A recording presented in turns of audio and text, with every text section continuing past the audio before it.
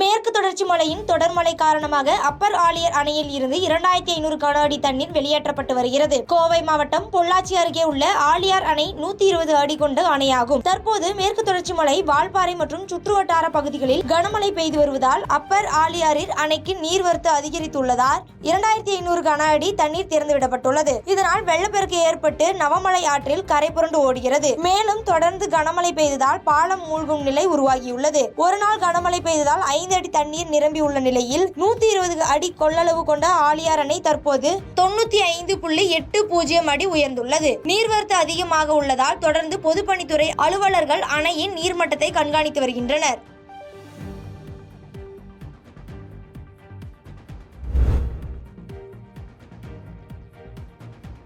வேலூரில் சாலை நடுவே உள்ள மின்கம்பத்தால் விபத்துகள் ஏற்படுவதால் மின்கம்பத்தை அகற்ற கோரி மனுக்கள் கொடுத்தும் அகற்றாமல் மின்துறை அதிகாரிகள் அலட்சியம் காட்டி வருவதால் பொதுமக்கள் கோரிக்கை வைத்துள்ளனர். வேலூர் மாவட்டம் விருதம்பட்டு அடுத்த மயூரா நகரில் 100க்கும் மேற்பட்ட குடும்பத்தினர் வசித்து வருகின்றனர். அந்த பகுதியை சேர்ந்த சாய்பாபா தெருவில் உள்ள 20 அடி ரோட்டின் நடுவில் மின்கம்பம் அமைக்கப்பட்டுள்ளது. அதனை அப்புறப்படுத்தி சாலையோரம் வைத்து தரக்கோரி மின்துறை அதிகாரிகளுக்கும் மாநகராட்சிக்கும் பலமுறை மனுக்கள் கொடுக்கப்பட்டு எந்த ஒரு நடவடிக்கையும் எடுக்கவில்லை என பொதுமக்கள் குற்றம் சாட்டுகின்றனர். அவ்வழியாக இரவில் செல்லும் வாகன ஓட்டிகள், முதியவர்கள் செல்லும் போது மின்கம்பி மேலே மோதி விபத்து ஏற்படும் நிலை உள்ளதாகவும் 108 ஆம்புலன்ஸ் கூட உள்ளே வர முடியாமல் வெளியே நிற்கும் சூழல் நிலவி வருவதாகவும் குற்றம் சாட்டுகின்றனர். மேலும் இந்த பகுதிக்கு சாலை அமைத்து தரக்கோரி மாநகராட்சியிடம் கோரிக்கை வைத்தும் எந்த நடவடிக்கையும் இல்லை எனவும் குற்றம் சாட்டுகின்றனர். இதனால் எங்கள் பகுதியில் உள்ள சாலையை சீரமைக்க கோரியும் மின்கம்பத்தை சாலையின் நடுவில் இருந்து அகற்ற கோரியும் மாநகராட்சிக்கு மனுக்கள் கொடுத்திருப்பதாகவும் மனுக்கள் மீது நடவடிக்கை எடுக்காவிட்டால் சாலை மறியலில் ஈடுபட போவதாக தெரிவித்தனர்.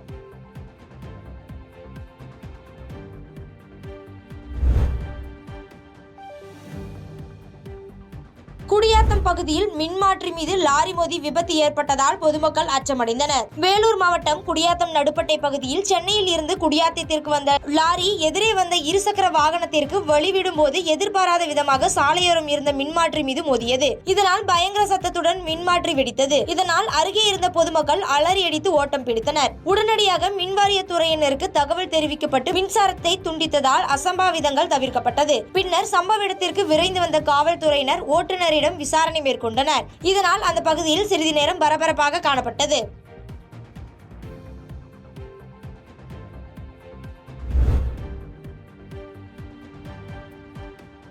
ராசிபுரம் புதிய பேருந்து நிலையத்தை இடமாற்றம் செய்யக்கூடாது என்பதை வலியுறுத்தி அதிமுக கட்சியுடன் இணைந்து திமுகவின் தோழமை கட்சிகள் அமைதி ஊர்வலத்தில் ஈடுபட்டதால் பரபரப்பு ஏற்பட்டது. நாமக்கல் மாவட்டம் ராசிபுரம் புதிய பேருந்து நிலையத்தை அணைப்பாளையம் பகுதிக்கு மாற்றுவதாக ராசிபுரம் நகரமன்ற கூட்டத்தில் தீர்மானம் நிறைவேற்றப்பட்டதை தொடர்ந்து அதிமுக உட்பட பல்வேறு கூட்டமைப்புகளும் தன்னார்வ அமைப்புகளும் கடும் எதிர்ப்பை தெரிவித்து வருகின்றனர். இந்நிலையில் ராசிபுரம் நகர பேருந்து நிலையம் மீட்பு கூட்டமைப்பு என்ற அமைப்பு ஏற்படுத்தப்பட்டு அதில் 5 தீர்மானங்கள் நிறைவேற்றப்பட்டது. இந்த கூட்டமைப்பில் அதிமுக உட்பட கம்யூனிஸ்ட் கட்சிகள், மதிமுக, திராவிட விடுதலை கழகம் மற்றும் இந்திய முஸ்லிம் லீக் கட்சிகள், தேமுதிக போன்ற நிர்வாகிகள் மற்றும் தொண்டர்கள் பங்கேற்றனர். கூட்டமைப்பின் முதல் தீர்மானமாக நாளை ராசிபுரம் நகர் முழுவதும் முழு கடை அடைப்புக்கு அழைப்பு விடுக்கப்பட்டுள்ளது. இதையடுத்து அதிமுகவினர் நகர செயலாளர் தலைமையில் திமுகவின் தோழமை கட்சிகளான TITU, CCM, மதிமுக, திராவிட விடுதலை கழகம், முஸ்லிம் லீக் கட்சிகள் ஆகியவை இன்று புதிய பஸ் நிலையத்தில் தொடங்கி முக்கிய கடை வீதிகளில் வழியாக ஊர்வலமாக சென்றனர்.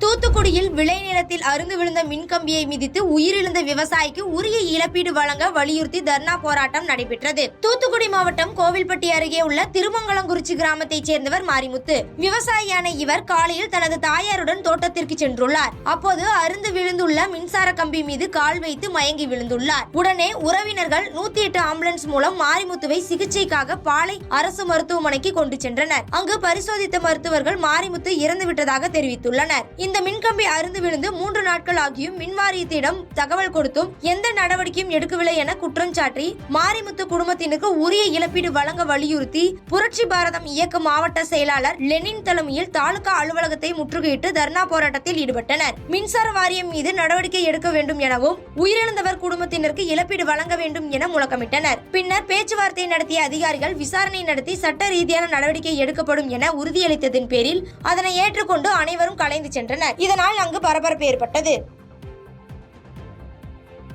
பாதகம் செய்பவரை கண்டால் நாம் பயங்கொள்ளலாகாது பாப்பா, மோதி மிதித்து விடு பாப்பா, அவர் முகத்தில் உமிழ்ந்து விடு பாப்பா.